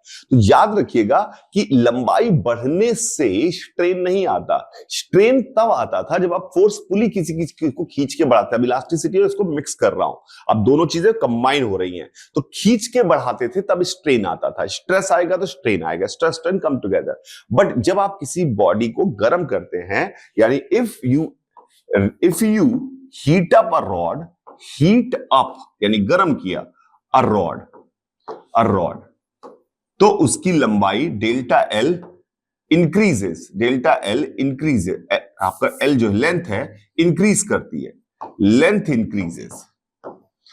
इंक्रीज करती है, but strain delta L non zero होता है, पर स्ट्रेन नहीं होती रॉड में, क्योंकि वो बढ़ना चाहती है। तुमने टेम्परेचर बढ़ाया, स्ट्रेन जीरो रहता है, स्ट्रेस जीरो रहता है, क्योंकि तुमने खींच के थोड़ी बढ़ाया, खींच के बढ़ाते हैं तब स्ट्रेन और स्ट्रेस आते थे।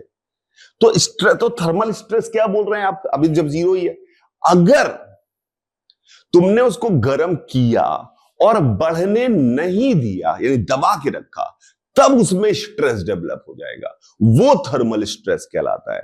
तो when you try to increase the temperature and without making it change its length, यानी उसको रोक दिया। तो ऐसा ही हुआ ना, फील करो तो, कि टेम्परेचर बढ़ाया तो लंबाई बढ़ी होगी और इन दीवारों ने आकर उसको दबा के घट्टा करके छोटा कर दिया। मतलब अगर आपके पास सिचुएशन ये है कि ये एक दीवार है और ये एक दीवार है और इन दीवारों के बीच में आपकी एक रॉड है, ये रॉड है आपकी, दिस इज योर रॉड। आपके पास ये रॉड है, यहां पर ये रॉड है। इस रॉड का अगर आपने टेम्परेचर बढ़ाया, हीट किया, तो बढ़ना चाहेगी ना, पर ये दीवारें बढ़ने नहीं देंगी, तो स्ट्रेस आया। ये जो स्ट्रेस आया उसको हम कहते हैं थर्मल स्ट्रेस। तो मान लिया इसका एल एल है, अल्फा अल्फा है, वाई वाई है, यंग्स मॉडुलस वाई है, और एरिया ए है, एरिया ए है। तो क्वेश्चन है कि अगर इसको हीट किया गया, हीट दी गई और इसका टेम्परेचर डेल्टा टी बढ़ा, तो बताइए थर्मल स्ट्रेस कितना होगा? थर्मल स्ट्रेस कितना होगा? थर्मल स्ट्रेस कितना होगा? क्वेश्चन मार्क है। थर्मल स्ट्रेस कितना होगा? मैंने कहा अगर आपने इसका टेम्परेचर बढ़ाया, तो ये, अगर ये दीवारें ना होती तो ये क्या, इसकी लंबाई डेल्टा एल बराबर एल अल्फा डेल्टा टी से बढ़ जाती? हाँ, बढ़ जाती। तो बढ़ जाती तो इसका मतलब क्या है? क्या मैं ये कह सकता हूं कि इसका मतलब ये है कि इन दीवारों ने उसको उतना ही दबा दिया है। ये अगर फ्री होती तो इतनी बढ़ती, पर बढ़ नहीं पा रही है, यानी दो स्टेप में सोच लें कि बढ़ी और फिर दीवारों ने दबा दिया, यानी कि दीवारों ने कंप्रेस किया है, walls have compressed it, compress किया है इसको, compressed it by delta L बराबर एल अल्फा डेल्टा टी। तो स्ट्रेन कितना आ जाएगा? Strain delta L by L है, यानी अल्फा डेल्टा टी। तो स्ट्रेस कितना आ जाएगा? स्ट्रेस आ जाएगा Y alpha delta T, Y alpha delta T. अगर फोर्स ऑन वॉल पूछ ले, फोर्स ऑन वॉल या फोर्स बाई वॉल पूछ ले, तो Y alpha delta T into area का मल्टीप्लाई करके भी बताया जा सकता है। तो this is a very simple question of thermal stress. अब इसके कई रूप बन सकते हैं, कई अच्छे सवाल बन सकते हैं। तो एक हम करने की कोशिश करते हैं थर्मल स्ट्रेस का सवाल। मान लीजिए हमारे पास दो दीवारें हैं,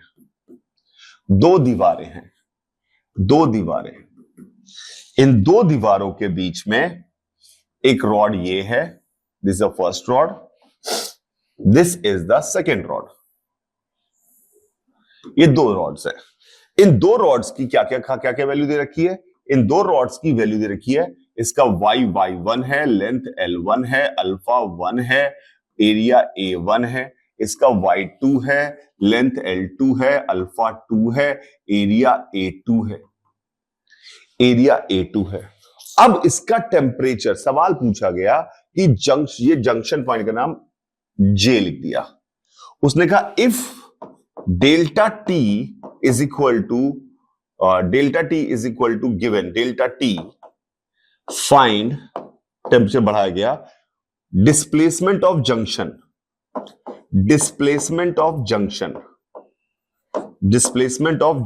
जंक्शन कितना मूव करेगा? पहली बात हमें ये सोचना पड़ेगा जंक्शन चलेगा क्यों। तो अगर आप देखें तो दोनों रॉडें अपनी लंबाइयां बदलनी चाहती है। अगर मान लो मुझे एक दीवार के बीच में ऐसे खड़ा कर दिया होता, इधर दीवार, और मैं लंबाई बढ़ाना चाहता, मैं दोनों दीवार को धक्का मारता पर बढ़ नहीं पाता कि दोनों दीवारें कह रही हम तो नहीं हिलेंगे।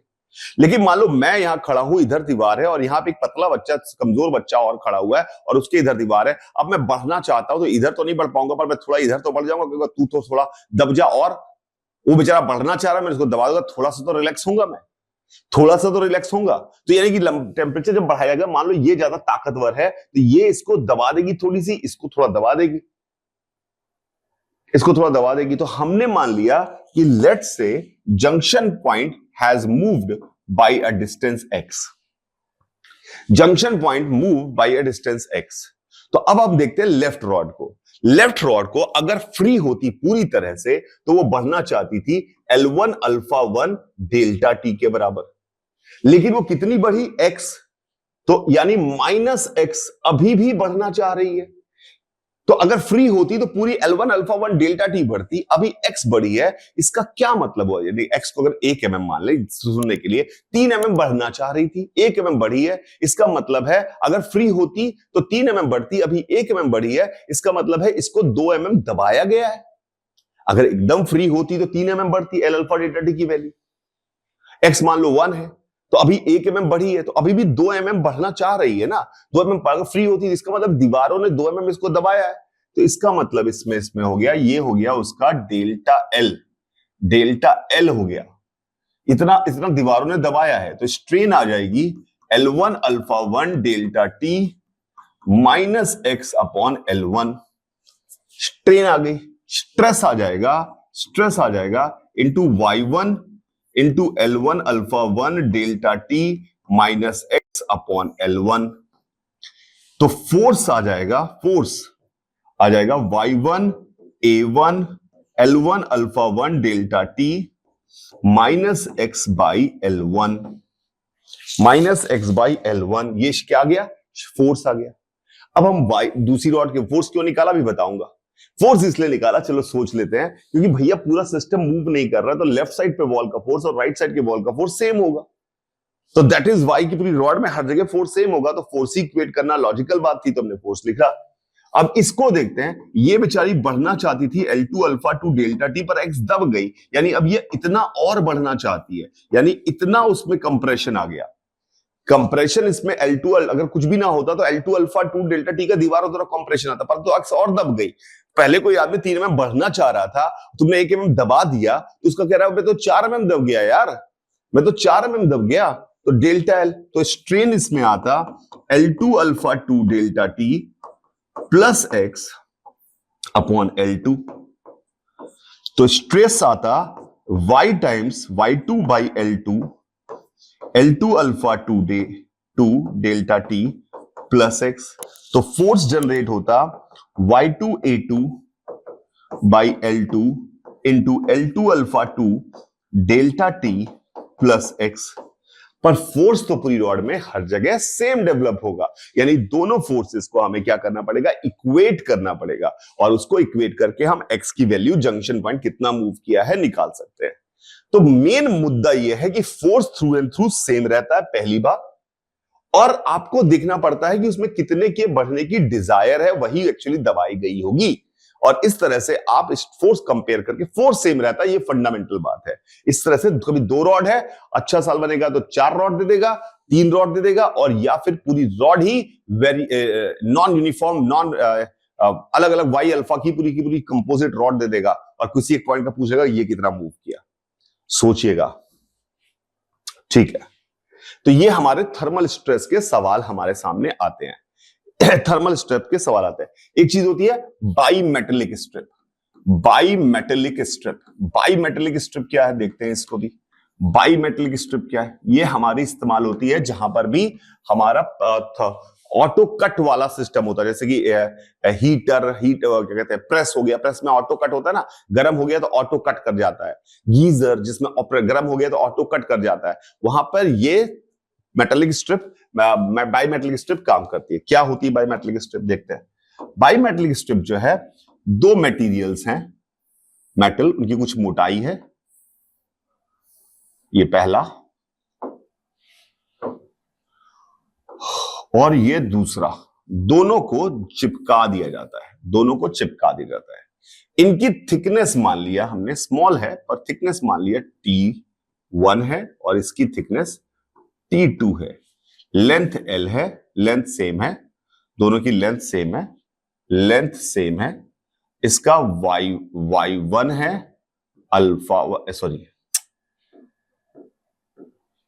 इसका कोएफिशिएंट थर्मल एक्सपेंशन α1 है, इसका α2 है। α1 है, α2 है, दोनों को चिपका दिया गया, दोनों को एंड टू एंड जोड़ दिया गया, ग्लू कर दिया गया। अब आप जब टेम्परेचर बढ़ाओगे तो क्या होना चाहेगा? टेम्परेचर बढ़ाओगे तो दोनों लंबाइयां बढ़ाना चाहेंगी। मान लो α1 ज्यादा है और α2 कम है, तो α1 ज्यादा है, α2 कम है, यानी नीचे वाली लंबाई कह रही है मैं ज्यादा लंबा होना चाहती हूँ, ऊपर वाली कह रही है कि मैं कम लंबा होना चाहती हूँ। किनारों पे फोर्स तो है नहीं, लोड तो है नहीं, बढ़ेंगी तो है ही है। तो अब ये क्या करते हैं कि जब ये बढ़ना चाहते हैं, सीधे सीधे तो नहीं बढ़ सकते, सीधे सीधे बढ़ेंगे सीधे सीधे बढ़ेंगे तो आपको ये दिखाई दे रहा है कि दोनों की लंबाई बराबर हो जाएंगी, पर बराबर तो हो नहीं सकती क्योंकि नीचे वाली ज्यादा और ऊपर वाली कम है और स्ट्रेस डेवलप नहीं हो सकता क्योंकि फ्री एंड है। फ्री एंड है तो अपने आप स्ट्रेस तो नहीं होगा अंदर ही अंदर, इंटरनल फोर्स अपने आप तो नहीं जाएंगे, तो स्ट्रेस फ्री होगी। तो इस केस में होता क्या है, जैसे अल्फा 1 अगर ज्यादा है, alpha 1 is greater than alpha 2 है, तो जब आप इसको गर्म करते हैं, टेम्परेचर इंक्रीज करते हैं इसका, तो अल्फा 1 ज्यादा है, अल्फा 2 कम है, तो ये थोड़ी सी तिरछी हो जाती हैं। इससे आपको दिख रहा होगा कि ये अगर आप ये ऐसे तिरछी हो गई तो जो ऊपर जो ये वाला पार्ट है इसकी लंबाई ज्यादा हो जाएगी। सेम आर्क लेंथ के लिए अगर आप बात करो तिरछी हो गई तो ये वाला कम रेडियस का है तो छोटा लेंथ होगा, ये ज्यादा रेडियस का बड़ा लेंथ होगा, तो ये ऐसे तिरछी हो जाती है। तो बाइमेटलिक स्ट्रिप इस तरह से तिरछी हो जाती है। इससे आपने का फायदा क्या होगा? इससे फायदा ये है कि मान लो टेम्परेचर बढ़ाया और यहाँ पे हीटर लगा हुआ, तो ये आपका हीटर है और ये बायोमेट्रिक स्ट्रिप है और यहां पर है। तो जब आप टेम्परेचर बढ़ता रहेगा गर्म हो जाएगी, एक समय ऐसा आएगा ये ऊपर उठ जाएगी, जैसे ऊपर उठेगी सर्किट बंद हो जाएगा और आपका हीटर और गर्म होना बंद हो जाएगा। तो this is how auto cut works. तो ये इसमें इसका ये चेंज हो जाती है इसकी। अब इसकी थिकनेस देकर वो हमसे कई बार पूछता है कि ये जो कर्व सा बन रहा है इसका रेडियस बताओ कितना है। इसको सर्कुलर छोटा सा मान लेंगे तो सर्कल जैसा मान लेंगे, इसका रेडियस निकालने की कोशिश करता है। रेडियस निकालने की कोशिश करेगा कि कितना रेडियस निकलेगा। इस तरह की सवाल पूछे जा सकते हैं। तो कैसे करेंगे सवाल? बहुत सिंपल है। पहले हमारे पास जो रॉड थी वो ये थी, मान लिया नीचे ऊपर वाला ज्यादा गर्म है तो इसकी रॉड अब हमारे पास ये हो गई,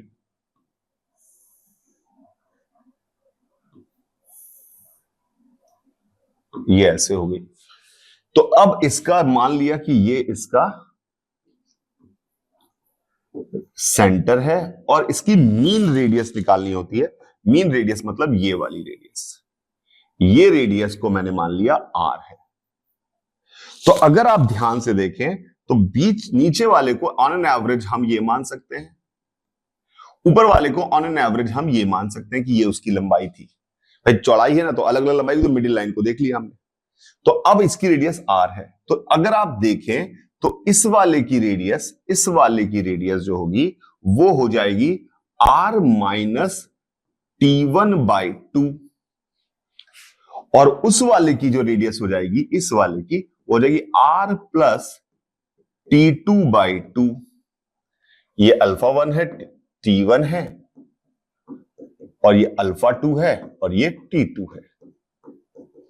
ये हो जाएगी r माइनस T1/2 और r प्लस T2/2। तो अब हमें पक्के से यकीन है कि ये टोटल एंगल तो जो एंगल है थीटा।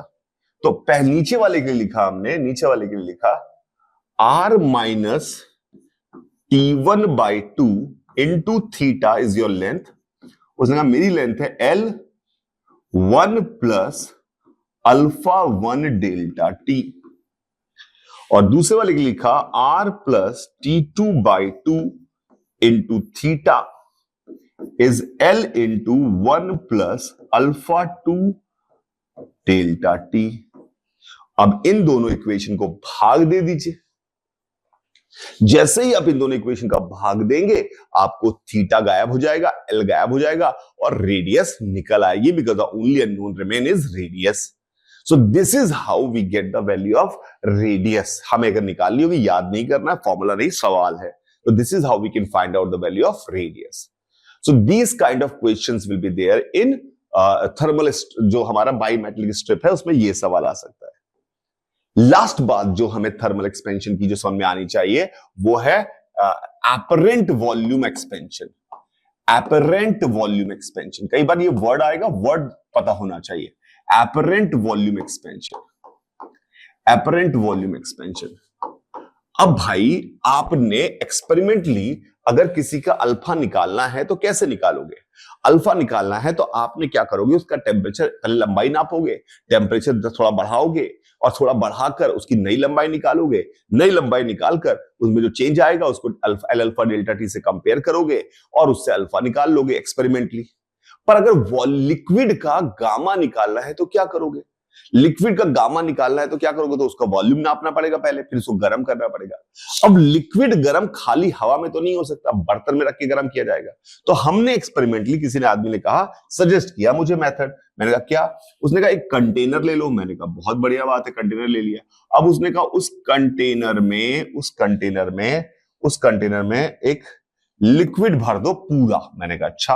तो लिक्विड भर दिया उसने पूरा कंटेनर के अंदर पूरा लिक्विड भर दिया, पूरा थ्रू एंड थ्रू पूरा भर दिया।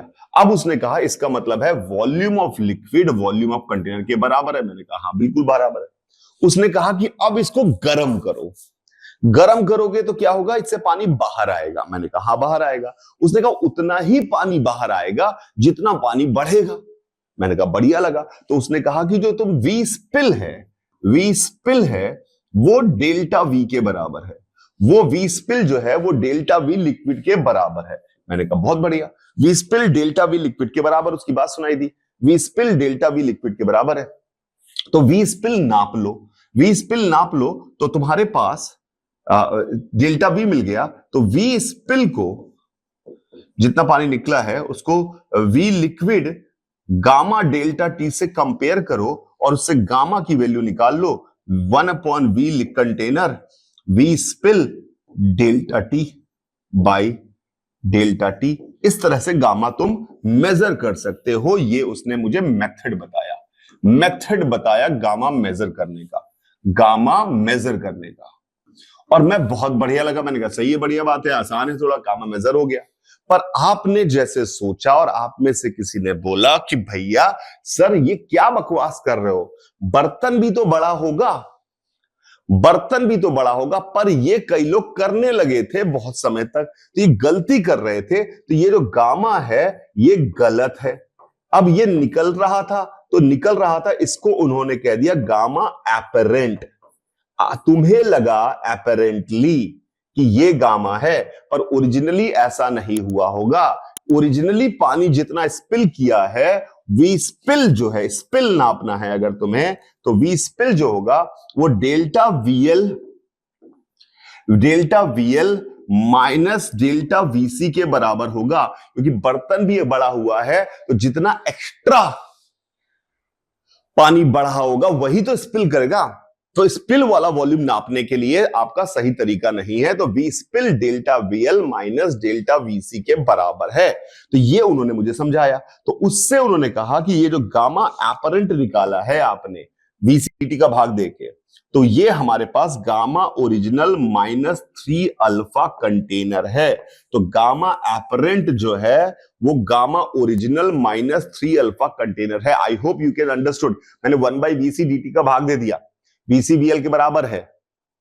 तो गामा ओरिजिनल यानी कि वी स्पिल डेल्टा वीएल, यहीं से गलती थी, यही गलती थी। वी स्पिल एक्चुअली ये होगा।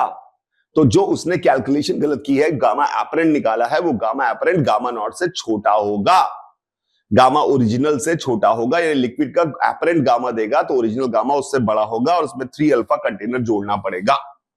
सो this is a very very important point जो आपको समझ में आना चाहिए था। आई होप इतनी बात समझ में आ गई। अब हम थर्मल एक्सपेंशन की बात को समझ चुके हैं कि थर्मल एक्सपेंशन में क्या क्या सवाल होंगे और कैसे कैसे सवाल हमारे सामने आएंगे।